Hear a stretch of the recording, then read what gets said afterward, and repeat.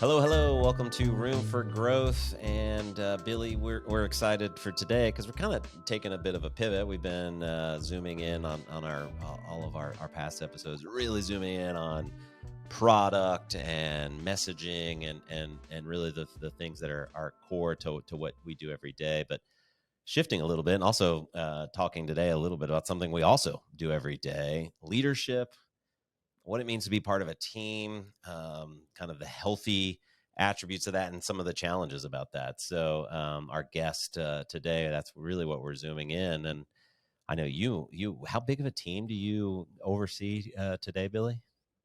Yeah, so right now we've got about 60 people in our growth practice. There's Yeah, almost double that amount working on projects related to how you grow product experiences, yeah, how you change human behaviors, and how we do different types of messaging to complement either the app experience or to nurture fans and customers, yeah. regardless of So, how they interact with the product. and this is so with that big of a team, this is something I know you deal with a ton, and you have consultants that we work with, coaches that we work with that I think help us continue to refine how we do. And then also here at WillowTree, we have like core leadership principles that I think we're guided by and tend to do pretty darn well at. And so I know those stick with us. Any things to think about when you think about managing your team and creating that safety and that great environment for people? Yeah, it's so interesting. I think oftentimes, well, first of all, one of the things that people really love about Willow Tree, the reason why we're successful as an agency is sort of bridging strategy and execution and technical implementation of different tools and how you connect messaging to the product experience itself and how you help create really larger than life campaigns and things that are super performative is two ways, at least at Willow Tree. On one hand, we are extremely results oriented. We care about the business results of our clients. Right. We care about the strategy. We care about what they are measured by in terms of success. But we also really fundamentally care about people and the ecosystem that we're creating for individuals to bring their best selves to work, to use all of their brain power to Yeah. do their best thinking, to problem solve together. And that's really easy in theory, but I think people get these ideas conflated. They feel like you can't have great business results with some of these like fluffy concepts around leadership, things like psychological safety and how you create clarity and autonomy for Yeah. teams. And those are just values that we live every day. I think they're a huge part of our secret sauce for how we outperform benchmarks in the campaigns that we launch, how we think creatively, how we bring new ideas to the table for our clients. Right. And at the same time, if we didn't have this sort of like safety ecosystem that we create and a sense of clear expectations, particularly for our leaders and our managers, I don't think that we would be able to have that level of success. Yeah. And as I think about, you'll hear me continue to put towards marketing teams and push towards during our conversation with Tim to our listeners.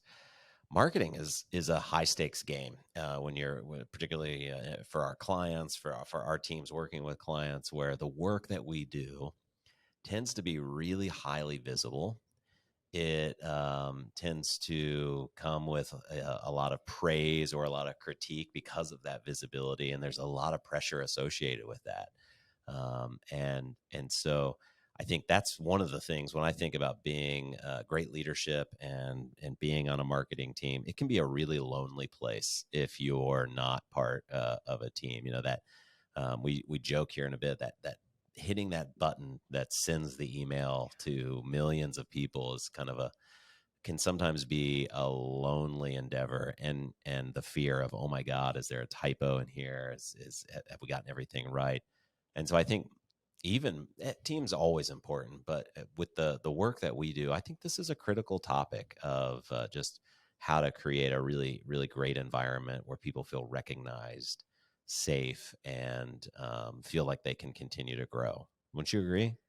100%. Yeah. So you're hinting at Tim Schurrer, our guest today. He's an author. He wrote The Secret Society of Success, which is a book fundamentally about leadership and how you can do a better job as a leader, not working necessarily for sort of like spotlight or fame, but just in service of other people, Yeah. which is great. But yes, one of the things that he says is he's like, man, I just can't imagine how stressful it would be to be the person pulling a trigger on an email that goes to millions. And I kind of laugh and I'm like, yeah, we do that like multiple times a day around here because it's true. If you send one terrible email for a huge brand, we can all think of these experiences where you've gotten the like test email from HBO Max, and it turns out it was sent by an intern who just didn't really know the process of QA and UAT. Like, we definitely feel this here. Having zero errors in any message that we ever put out the door is just like the lowest bar of expectations that we Yeah. have for teams. And sometimes even I forget how important that is. Like, for the brands we work with, if you send one bad message, there's going to be a tweet storm about it. There's going to be a huge influx of conversation, because it's that visible and it's that public. And I think sometimes I forget that the teams that I work with and that I'm coaching and mentoring, and who are, in return coaching and mentoring me, they live in this stress all the time. Yeah. And so how do you create that like ecosystem of safety? But luckily at Willow Tree, I do think we have some really important tenets and some things that we hold dear to leadership and to what we expect, especially of managers, that are extremely successful in creating that. So first and foremost, I think, Billy, we like live by our core values here. So when we talk about what our core values are, I don't know about you, but I could name them all off the top of my head. I know exactly what they are. I use them in conversation with my teams to reinforce like good principles. Of those things, ownership is a huge one. We Right. grant a lot of autonomy to our teams, but we always try to be very clear who's the directly responsible individual for any given task on a project or for any given role, so that there's always a clear line of accountability in Yeah. place on one hand. We balance that with things like craft, where as a company, we are super committed to continuing to grow our skills and grow as crafts people over time. We talk about things like open communication and how important it is to set clean and clear expectations, to raise risks and challenges really early, make sure we're escalating appropriately, and just bringing challenges to the table to discuss. Like, Yeah. that's just, three. Yeah. Yeah. Realistic optimism is an interesting one that when I joined the Willow Tree team, I had never like I don't think that would be a value, a company value that I had seen before. So, in realistic optimism is really about continually maintaining a forward-looking mindset, not one that's kind of like laissez-faire, but really, again, you got to pair that with craft. Like, we're always trying to get better, but sometimes if you get too caught up in that, you can get almost negative, and like you're critiquing every single thing, and it can create a really negative environment. So that optimism, looking forward, kind of idea is big. One thing that I think we do that we're going to talk about with Tim is recognition. There's always room for doing this better. But our team, the teams I've been a part of, I really love how whether you're the person presenting the work or the person supporting the work that gets presented, we really do it together as a team, and we celebrate as a team. So, I'll work on a big project, and there's 4 to 5 people in the background that have just poured their heart and soul into this work, and without them, it would completely have fallen apart. And then I get to go in many cases and present their work. It's kind of a weird place to be sometimes. So as I was listening to Tim's book, and I was hearing stories of recognition, I was just asking myself, like, am I good at this? Am I making sure the people on my team that I work with know that without them, I would crumble and really struggle. And so it's so easy just to get caught up doing the work of like, yeah, that's what we do. We create these things, and everybody contributes, and then you move on. But taking the time to like pause and recognize those people was a quick reminder, and you'll hear us talk more about some great examples of that. But I think that's something at Willow Tree. I'm pretty proud, and again, there's always areas for improvement, but I'm proud of how we tackle that. And I would encourage a marketing leader to like pause and say, like, do that same kind of audit. Am I really recognizing the people on my team? Do I know how they want to be recognized? And am I recognizing them for all this kind of great work and challenging work that we do? Yeah, I think that's a great one. Going back to even just the idea of realistic optimism, what this is just so important to me, because generally it's just more fun to work with people who are willing to face tough challenges with a can-do attitude. So I think that's a Yeah. component of it, is that attitude becomes really tangible. But I've found that practically speaking, one redirect is generally really helpful in situations. So I think this is kind of a common like management situation, leadership situation, where you'll have teams who get really bogged down in the complexity of the problem that they're trying to solve. The bigger the problem, the easier it is to do this, to start thinking like, well, here's the limitations we have, and here's why we don't have time, and here's why this is going to be really frustrating, or here's why we don't have the right people, or here's why this is never going to happen. And you'll start to hear kind of problem solving conversations happen with this real focus on like risk and limitation. Yeah. And I found that if you can just redirect an entire team by saying like, hey, right now I hear all the reasons why we can't do this, and I get that those are all real reasons, but could we just take 10 minutes, 5 minutes even? Let's imagine all the ways we can do this. How could we do it? Yeah. Let's release ourselves of the reality of the complexities, and let's just talk about how can. You'll see this like immediate mindset shift where suddenly teams are all bought into trying to solve a problem together, and just imagine what would have to be true to get from A to Z. That has been super powerful. That was something an executive coach of mine started really like utilizing in team sessions, and that has been killer. Yeah. I got a confession to you as we were, we've already at this time when you and I are talking, we've already recorded our session with Tim, and the whole entire time I was tempted to bring it up, but I was like, I'm not going to go there. And that's Ted Lasso. Like, as he was talking, there's like so many attributes of Ted Lasso that I was thinking about of like, stop. I've got to give context here. If you don't know my friend Billy Fisher, who is talking to you right now, he is Ted Lasso. The first time that I watched this show, I texted Billy and I was like, Billy, you are literally Ted Lasso. Like, their personalities are similar. The vibe is similar. He's not going to admit that, but it's totally true. Okay, Billy, I keep aspire going. to be. Maybe my southern twang maybe is the closest thing I got. But it's all these, I think it's very easy when you're listening to our upcoming interview to be thinking like, he's kind of acting like you don't have to make money. You don't like success isn't about being on top. And it kind of flies in the face of really how a lot of us are wired. Like if you're listening to a podcast about marketing, you're probably like wired to continue to grow and get better. And so it'd be easy to confuse his message with like, no, don't try to be successful. But like so many of the people that he talks about are at the top of their industry, their craft. So I don't think it has anything to do with it. But like Ted Lasso, same kind of example, it's a character, but somebody that's like, what motivates you is another thing. Is it about like you're motivated just to be in the spotlight because that's what your goal is, and you want people to see you? And Ted Lasso, he's motivated by serving others, by creating a really great team. And I think knowing that doing those things will develop a winning team is sure, he wants to win, of course. And I think so many of as Tim is sharing some of his examples of people, I kept thinking like, man, this reminds me of like the Ted Lasso story. So fall is here. I'm getting ready for like new TV series. So I'm just like in the Ted Lasso mood at the moment, but couldn't help but think about that.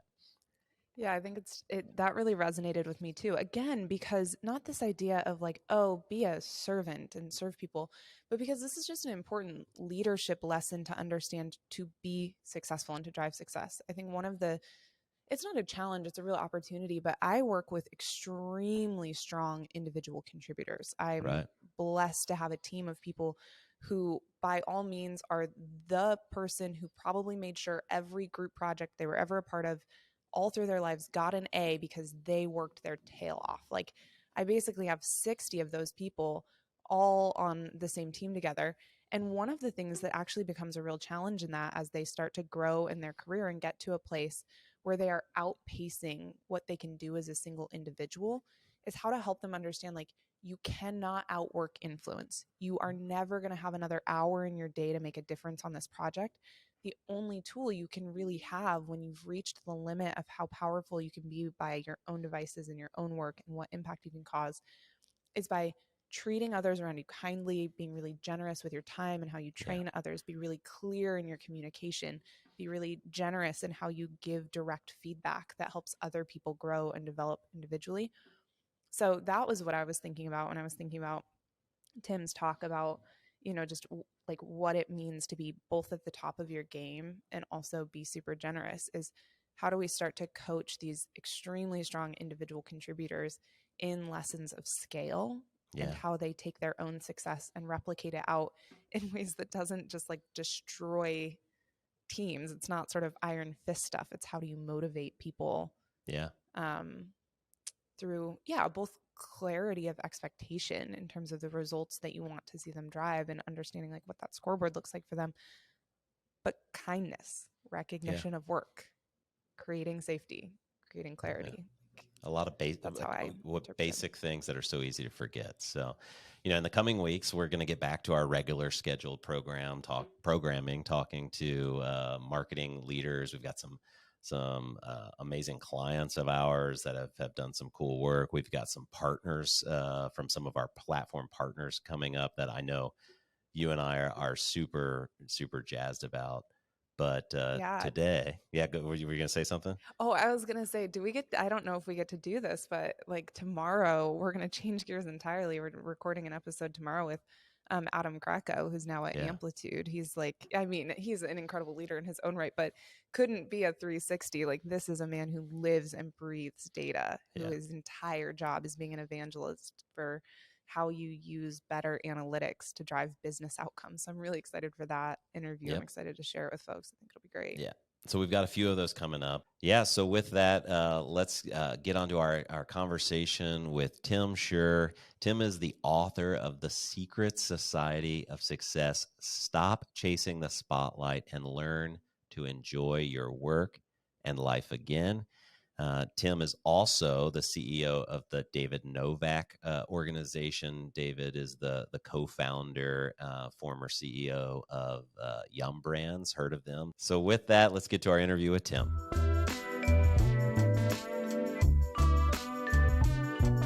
All right, Tim, welcome to Room for Growth. It's a Friday when we're recording this, so I think we're all like amped up, ready. It's a Friday afternoon, so we're pumped up and ready to get our weekend started. And we're really excited to have you here on Room for Growth. Before we get into some of our questions that Billy and I are happy and excited to ask you about today, I want to give you a chance to tell our listeners about you. Who are you? Tell us about your story, how you got to where you are today. Let's start because it is Friday. This is an important thing to know about me. Friday night at our house is Friday night, live it up. So we got a 4-year-old and a 2-year-old, and living it up sometimes looks like ice cream sandwiches on the front porch. I mean, it could be takeout. It could be anything. But what we're talking about here is let's have a good time on a Friday. This is immediately adopted. Yeah, already leadership lesson 1 in the books. My house also now has Friday night, live it up. It's great. We're going to start tonight. So I feel like I've just been on this crazy journey the last 15 years, a journey that I'm just super grateful for. And I feel like I've been just pinching myself lately with some of the fun things that have been happening. I wanted to be the next John Mayer, and that was a big dream that I had. I moved to Nashville to go to Belmont University, big dreams of becoming a full-time musician. And then I ultimately just failed hugely in that pursuit.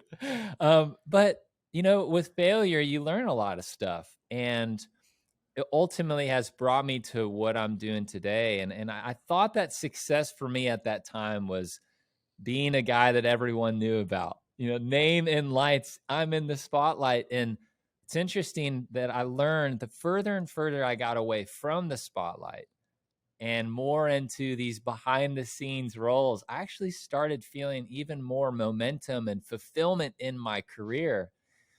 And so when I hear people say that success is only money, fame, power, being the boss, climbing the ladder, there's a part of me that has just never fully been able to resonate with that idea because that just wasn't my experience. And in fact, me trying to get into the spotlight is where I had my biggest failures.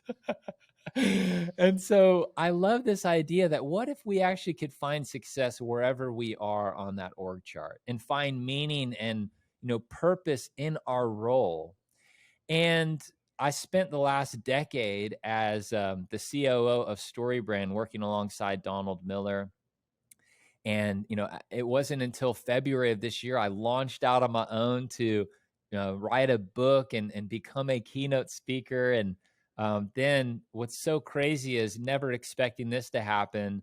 August 1st, I was asked to take over as the CEO of David Novak Leadership. And that whole thing is with David, who's the former CEO of Yum Brands, so KFC, Taco Bell, and Pizza Hut. He retired from Yum and wanted to make the world a better place by developing better leaders. And he asked me to step in and now lead that company. And I truly am pinching myself because I never imagined I would be in this space. But if there is a thing for me that I get really excited about and I'm really motivated by, it's this idea of helping other people win. And I feel like what I want to continue showing up doing each and every day is thinking of how I can bring whatever I bring to the table in terms of my skills, my passions, my abilities, but to do it through that lens of helping somebody else win. And the fact that that is like a job, that's kind of silly. And so Awesome. Here we are. But that's really the heartbeat, I think, for me and what I love to do. Awesome, Tim. So you just released a book recently, The Secret Society of Success. And I had a chance to read the book and really enjoyed it. But for those who haven't heard of it or had a chance to check it out, can you tell us what's this secret society? It's a great question. So it really is dive into this question. If I were to ask you to fill in the blank, like success is, I think a lot of people, the message they are hearing is success is fame, money, power. Like this is what it looks like to be successful. And so, I was just mentioning this journey that I've been on where I almost felt like it was more me stepping in the behind the scenes roles is when I started to find and feel that success.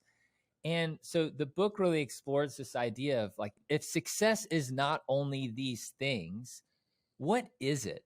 And how should we be thinking about and looking at our lives and our careers, and in what way should we be thinking about success? And so I've discovered this group of people that I call the Secret Society of Success, and they are a group of people who have just shown me, what if success looks a little differently than maybe you think it looks like? And so that's really what the book is all about. And each chapter is like a new paradigm shift for how we can be thinking of success a little bit differently. Wait just a second there, because you're saying the book is all about leadership lessons that aren't revolved in sort of money, fame, power, but you interview pretty amazing people, arguably people who have a lot of money, fame, and power. I mean, there's LeBron James, there's Olympic figure skater Scott Hamilton. I'm curious who your favorite was and how you feel like that concept worked, like talking to these really famous people about a view of leadership that's a little counterculture right now. Yeah, so that's a really important thing that you call out. Being in the secret society actually has little to do with your position on the org chart or the amount of visibility that you have in your role. It has more to do with how you view yourself and your career and how you show up.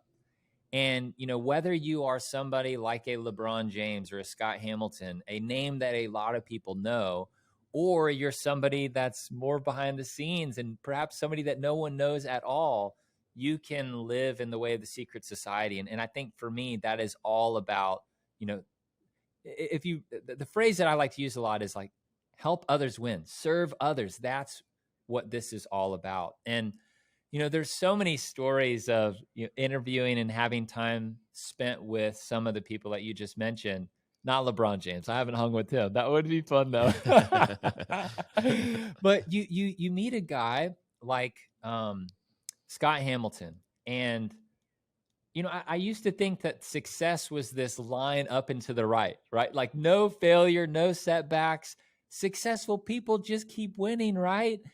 And that's just not been Scott's story at all. In fact, the guy's had, he's had 3 brain tumors, cancer, and yet he looks at some of these setbacks and the times that he's failed in his career, and he's shown me that no, success is actually embracing challenges, learning from your failures, and that's the way that you can win. And so when I get to look at somebody like Scott, and he just changes how I think about success and how I think about some of the challenges and setbacks that I'm up against on a day-to-day basis.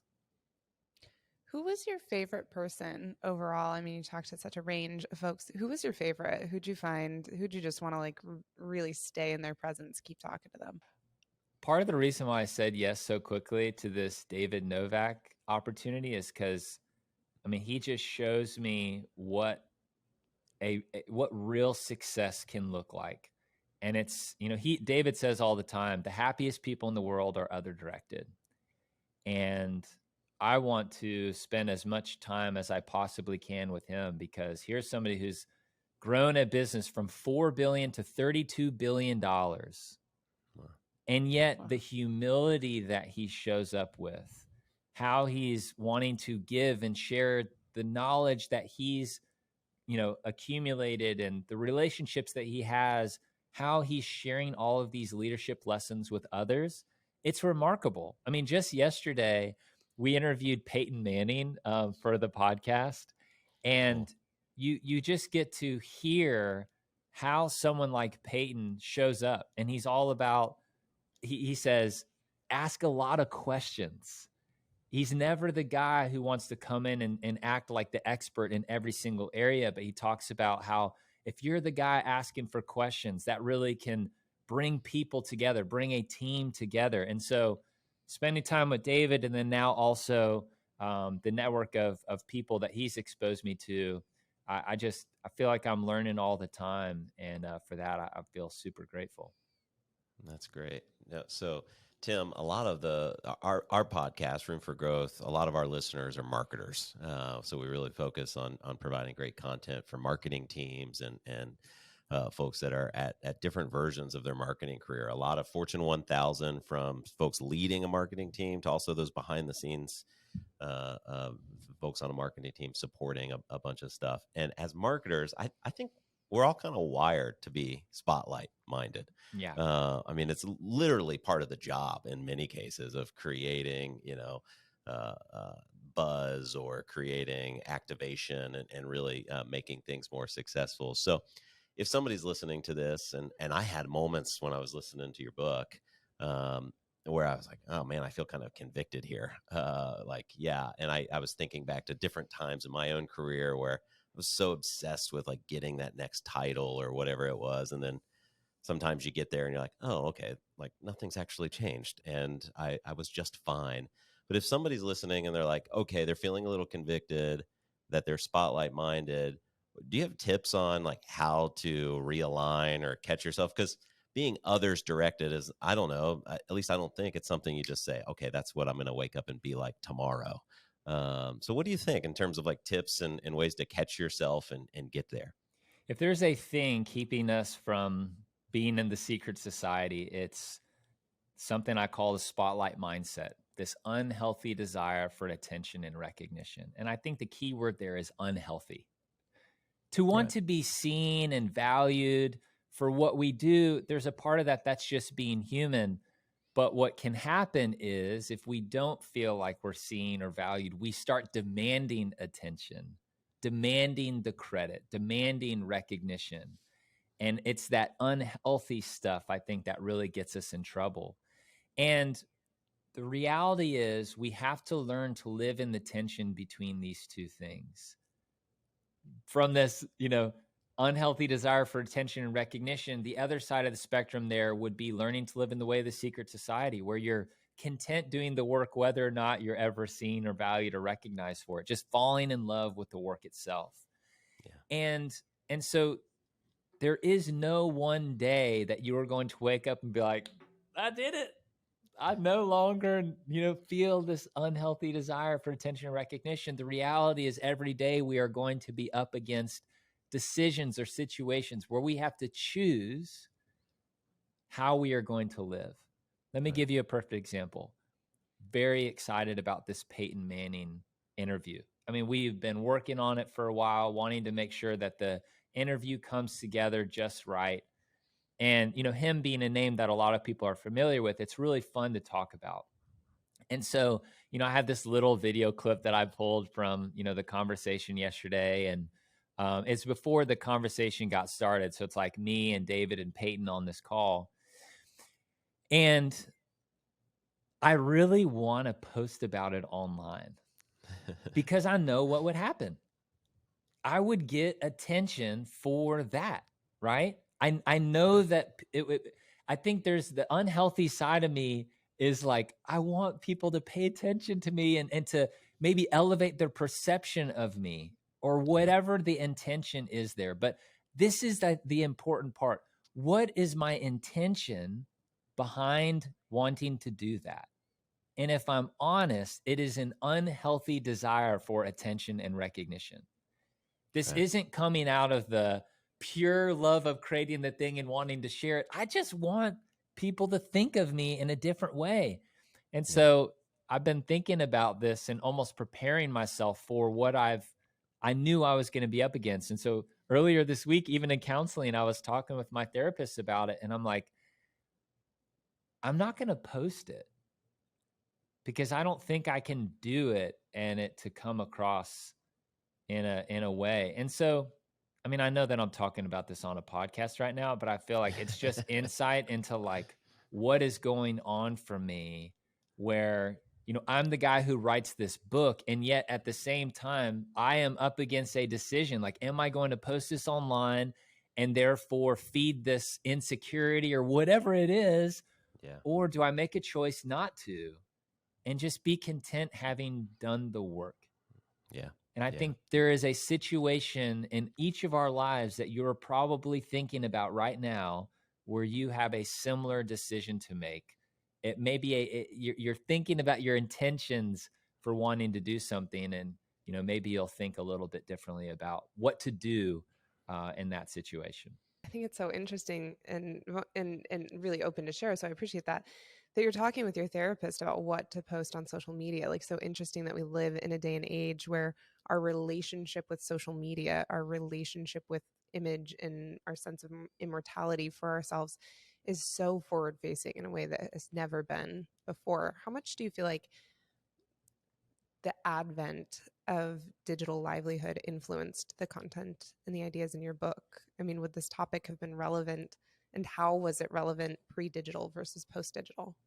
Yeah. So as I got obsessed around this idea for this book, when you start writing a book, your antenna is up to see it. And these ideas and themes and stories and examples, your antenna is up to kind of see it everywhere. I was even reading, there was this, you know, little part in the Bible, like this example will make sense for people, whether they're in a faith context or not. But, you know, the disciples were arguing about who was going to be greatest among them, which is just to say, we've been experiencing this, you know, spotlight mindset for a long time. I don't think the conversation is going away anytime soon.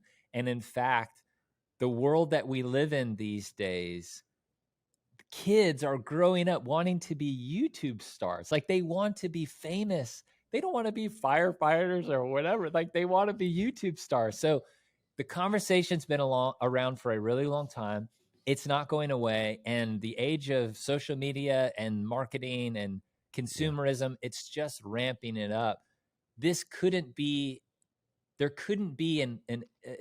any more important time to have this conversation, to start talking about what success really is than now.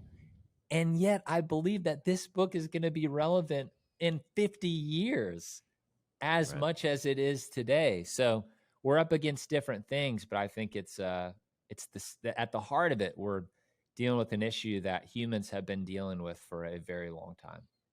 As I was reading your book back in the early 2000s, Seth Godin had a book called Linchpin that for some reason has always kind of mentally stuck with me. These people in their organization that are linchpins, you know, and they're kind of few and far between. Most of us are fairly replaceable, but these linchpins do such great work that if you removed them from the organization, everything would just kind of change. And I was thinking about someone that's not spotlight minded and is really, you know, focused on serving others. Like that's a linchpin type of behavior.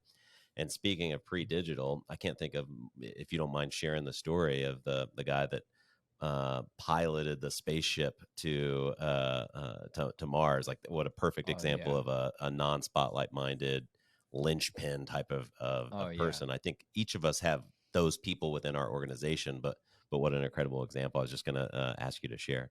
Yeah, so a lot of people are familiar with Apollo 11. You got Neil Armstrong, Buzz Aldrin, man's first trip to the moon. One small step for man, one giant leap for mankind. People know about that, but they don't know there's a third astronaut on that mission named Michael Collins. So Michael Collins, the role that he played, he Ubered Neil and Buzz to the moon. Like, he gets them there, drops them off. Those guys then do all the various tasks they have to do on the moon's surface, while he actually does not get to walk on the moon. He's so close, but doesn't get to step on the moon. But he stays in the command module, orbits the moon something like 26 times until those guys are ready to be picked up and brought back to Earth. And what I love so much about this story is that when Michael Collins gets back to Earth and sits down with the press, what he doesn't do is act like a victim and say something like, it sure would have been nice to actually walk on the moon. He doesn't do that. Instead, he talks about how content he was to have had one of those 3 seats. He was happy to be part of the mission. Right. And I think the question for all of us is, in all of our various roles that we play, whether you're in a position with a bunch of visibility or not, whether you're the CEO or in a supporting role, the question for us is this: do you have to walk on the moon to be happy? Because I think culture would say that's exactly what you have to do. If you want to be happy, you got to be the one everyone's talking about. But Michael Collins gives us all a very different picture of what success can look like. And that picture is one of contentment with the role that we play on the team, a role that we play in the larger missions that we are all able to be a part of. Awesome. What about a manager? If you're in a manager role, and you talked about David Novak and being so recognition minded and kind of like created a culture around that. So if you are in a leadership role and you tend to be in the spotlight, any advice for managers in terms of recognizing those folks around them and some of the great work for those people that are probably doing some of this linchpin type of work and going unnoticed, which can sometimes be a bummer when you do whether you're spotlight minded or not. I think it's kind of a bummer when you do great work and it's not recognized. So any tips for managers that, as you were learning about some of these great people, that you would give? Yeah, there's this study in a book called The Power of Moments by Chip and Dan Heath. And in this study, they interviewed leaders and said, do you frequently recognize your team members for the work that they do? And 80% of those leaders are like, yeah, I do that. And then they interviewed the direct reports and said, do your managers frequently recognize you for the work that you do? And only 20% of them said yes. Wow. And so they, in the book, talk about that as the recognition gap. The reality is, we think we're doing a better job of this as leaders than we are. So what do we do about it? I think that really is the heart of the question. Like, what do we do about this reality? The great news is, it's a very simple solution. You recognize others for doing their work. And so often, there's work that goes on behind the scenes or work that happens that no one ever notices. But I'm sure that there are times that you really pick up on it, right? I mean, even just on this podcast, there's a team of people that made it possible for the 3 of us to be sitting down and having this conversation. Like, what if after this, we sent a note to some of those people and just said, hey, I know this is so easy to take for granted, but all of the emails that you sent to make sure everyone showed up on time, or the fact that somebody set up all of the gear to have it ready to go for us to sit down and, hit record. What if we just said thank you to those people? Let's do it right now. Like, this is, hey, this is exactly what this is, right?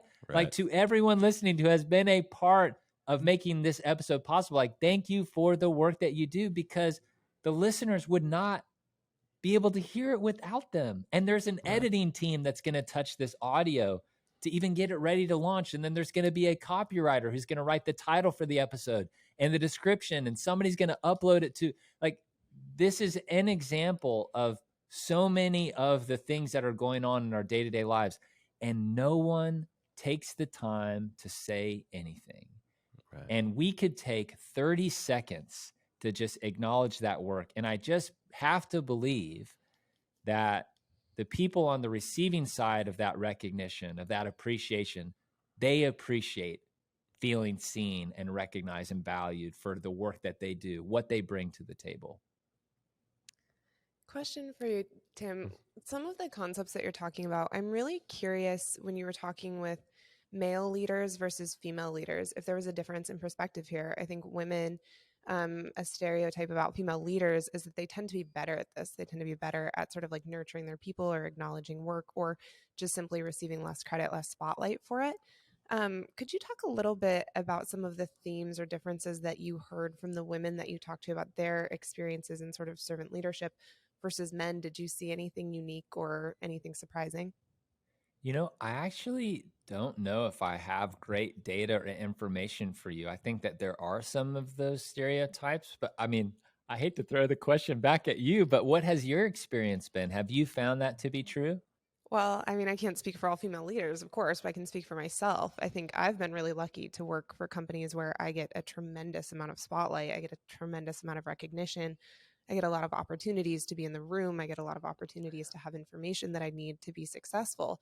So from my view, there always is a component of this. How do we not just tell our people good job, but advocate for them, try to get them in the room, try to share diverse perspectives? And on the other hand, I think you're absolutely right. I'm a huge proponent of servant leadership. It's something I look for in my people. I had a female boss when I was young, and I was a gymnastics coach. And she would, this is a little extreme, it wasn't like quite this extreme, but she would fire coaches who were pretty big hotshots, great at what they did, but who would like pass garbage when they were walking through the gym that was on the floor. Yeah. Or who wouldn't stand and greet families when they were like entering her gym. She really believed in this idea that nobody is above the work we're all going to do to build this community together. And I have always respected that mindset and looked for that in people who I think about promoting. Yeah. And there may be a bias towards some of this based on how people are wired, male or female. I think that there are tendencies for all of us in these areas or not. But I think that the opportunity for all of us is to show up more like what we're talking about today, better than we did yesterday. I've met some really fantastic female leaders that lead in this way. I've met some really fantastic male leaders who lead in this way. And, I hope that what I can do is keep my antenna up for those great examples and just try to live like that a little bit more. And, today I was just listening to a podcast episode, hearing a really great leader talk, and they just inspired me to want to show up and be more humble and kind and, better to my team. And, I hope that people are feeling that way when they're hearing this conversation, wanting to show up a little bit differently. Right. So Tim, in your book, you talk about your adulthood's list, or secret of adulthood's list. I'm curious if you can share that list and how it's changed your life. There's a book called The Happiness Project by Gretchen Rubin, and there's a little section in her book that she just called Secrets of Adulthood. You could probably imagine what this section was all about. She just was calling out, here are some things that I've learned, at becoming an adult. And I just thought it was such a fun little section in the book that on my phone, I was holding our daughter. She was a baby. I was holding her for her nap. And I pulled out my phone and started making my own list. What are the secrets of adulthood that I've learned so far? And, what started as like a fun little list evolved into a more weighty list of, these are the things that I would love to teach my kids someday. Like, here's how I hope they show up. And before I knew it, I actually had 100 items on this list. I didn't count until the very end, but I was just going almost until I didn't have anything else to say anymore. In reviewing the list, I found some things to be pretty interesting. I found these themes. I found really the things that I valued were illuminated. And I think for a lot of people, if I were to say, what is success to you, they may have a really hard time giving me a list of what that really means for them. But when you make a fun little list like Secrets of Adulthood, these ways that you see success, the things you value in your life just kind of come to the surface. And so, it's fun little stuff like, I have this jazz mornings playlist. It's like, listen to jazz in the mornings. A joyful mood will carry you throughout the day. That's one of them. Interesting. I also wrote try to make it to Augusta every April for the Masters. I just think it's a great idea. Now we're talking. That's a secret, but then there's things like offer grace over guilt. It's like these themes around chase what you are passionate about. And if anybody listening to this wants to take 10 minutes, I feel like just sit down and make your own list. And what I found for me was I'm not really motivated by money. That was an interesting theme that came out. I never once wrote anything around money in my list of 100 things. Like, that's a pretty big deal to know about yourself. But that's true. I don't have any problem with money. It's just not a huge motivator for me in the way that it is for some people. And that was a really fun exercise, and I learned a lot about myself through that process. Billy, do you have any secret of adulthood of your own that you're thinking about? Give me some. I want to hear it. was just thinking about that. I mean, I've got one. What is yours? Yeah, Billy, what's yours? Let me think about mine. Completely random. Wear shoes with traction on them, like smooth bottom shoes, because I've had multiple experiences like walking in the New York subway on a rainy day with dress shoes on with no traction and almost embarrassing myself. For some reason, that's the lamest example, but like buy shoes with traction on them is a secret of adulthood. Yeah. I think a couple of mine would be like, just increase your following distance when you're driving. It's always just whatever distance you're following at, add a few more feet to it. Safety's no accident. Let's, put a little more safety into our driving. It makes everyone happier. And then there's one from my dad that is and I grew up in Montana, so I think that's important, where you're doing a lot of outdoor activities in the winter. And this was most applicable to that situation. But the secret to having fun is staying dry. I think that's a good one. So when you're dressing for weather, do that. But then again, Natasha Bedingfield says, feel the rain on your skin. So I'm not really sure whose advice weighs out in this situation. I think, yeah, you need some discernment as an adult. So perhaps that's part of it. You guys are off to a great start. I mean, this is where this list begins. And it is very interesting as you spend time thinking about this. You really do. You've got some stuff to say. I think we've all learned a lot of things in our lives, and just to carve out a little time and space to write some of that down. It's pretty fun. I enjoyed it. It's great. Billy, I've been asking a lot of questions, so I'm going to open it up to you. Yeah, I'm curious. If you were to start kind of your career path all over again, knowing some of the failures, some of the wins, some of the directions you've taken, what would you either do differently? Would you go a totally different route? What would you pursue if you had to start all over? Yeah. I don't know if I would say or have clarity on like the exact role that I would want to be in. I do feel very uniquely prepared for what I'm doing today because of all those experiences. So in that way, I wouldn't change a thing. But what I am a little embarrassed by as I think back on, especially my journey wanting to be a musician, is how hard I was trying to work to make that happen for myself, for people to know me. And, so much of my identity was wrapped up in how many streams I had on MySpace. Let's talk about MySpace for a second. Throwback. Or how many people were showing up at my concerts. And when you're in your early 20s, trying to figure out who you are, and then, I think it's some of the same experience people are feeling today, and how many likes they get on their photo or comments or whatever. Like, that's a really tough place to be.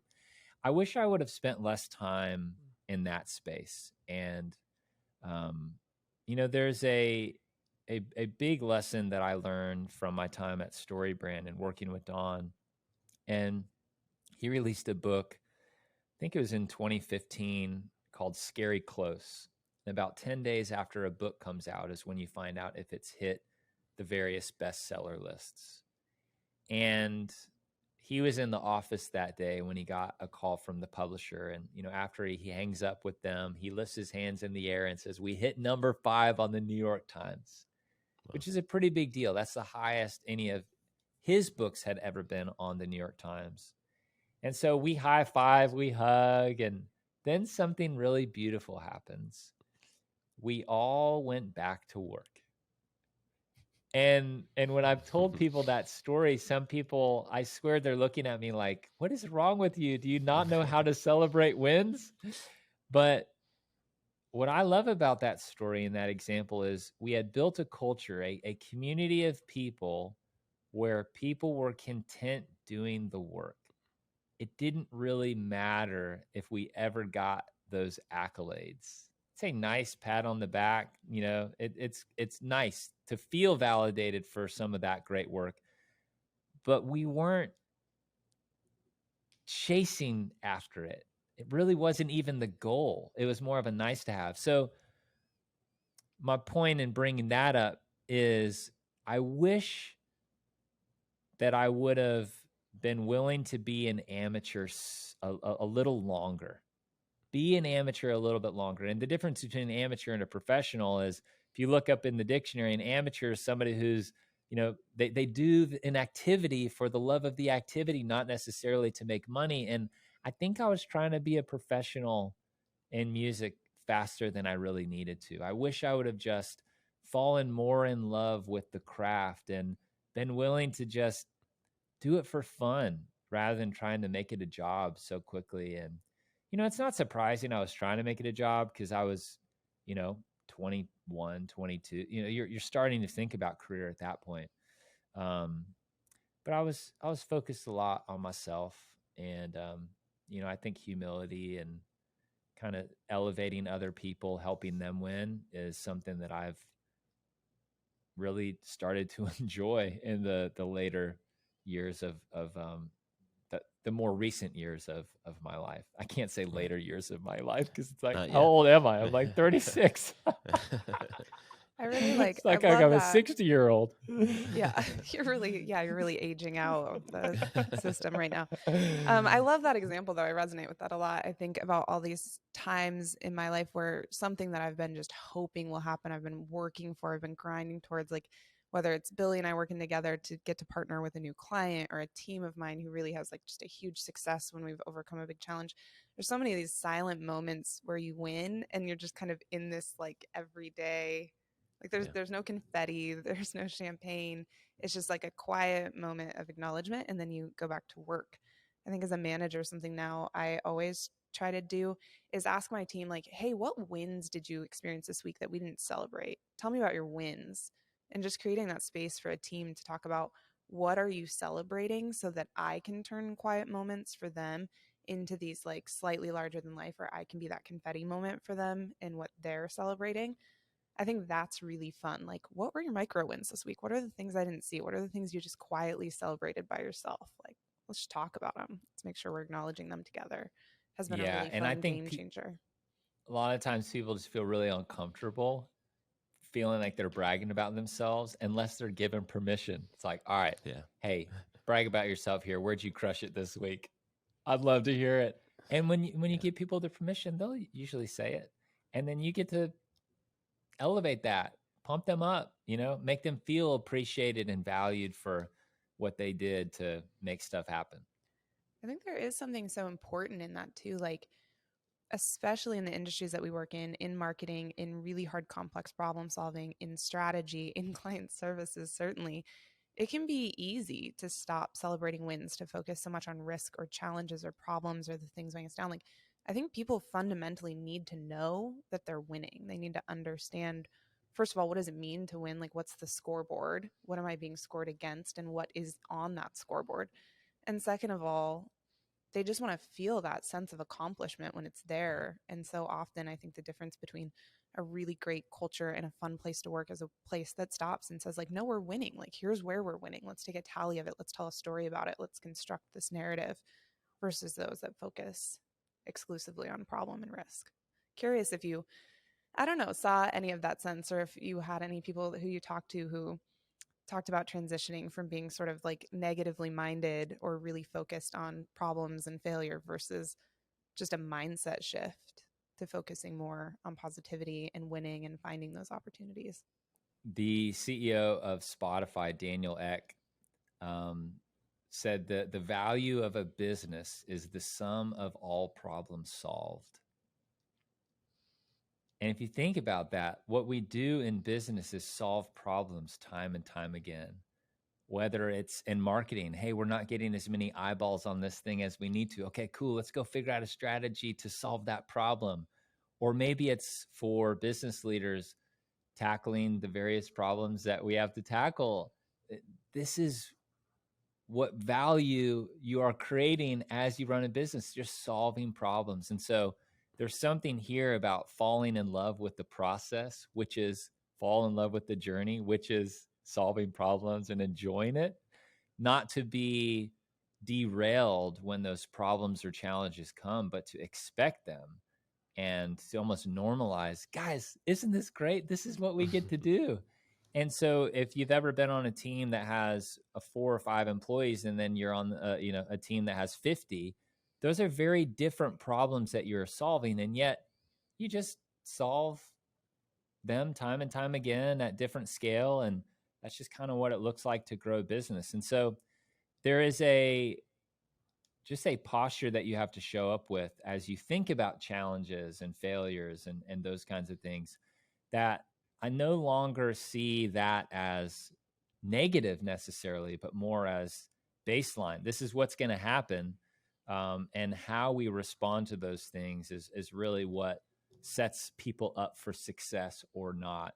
And, even going back to what we talked a little bit about earlier, Scott Hamilton, what he has taught me about success is embracing challenges, learning from failure, and responding to the various setbacks that we experience. Love that. And I know our marketer listeners can relate to that. We've talked about it on a couple previous podcasts, just like the ability in marketing to learn from mistakes, and because you're gonna mess up. You're gonna have that email campaign that goes out that either doesn't do well or has a typo in it randomly. There's always a typo. You can work so hard and there's always a typo. I remember being at MailChimp one day, and I talked to a guy who actually is the one who hit send to these, big broadcasts at MailChimp. They had like 8 million people on their in their database. And this is several years ago, but the pressure, I mean, I don't know if you've ever hit, send on an email wondering, is there a typo? What did I miss? Yeah, imagine the weight of 8 about million. 45 times a day. Holy smokes. About every client we work with every day. Oh, sorry, Billy. I'm wondering if you were going to say what I was going to say. I was going to say, we are running a little tight on time, but I wanted to get one more question in. Billy, curious if you have one more in your pocket. No, you go for it, Billy. Okay, so this is my favorite question to ask everyone. We, of course, work primarily with marketing and product teams trying to build the best user experiences we can on behalf of the brands that we partner with. So I always like to invite our guests to talk positive trash about a brand you love.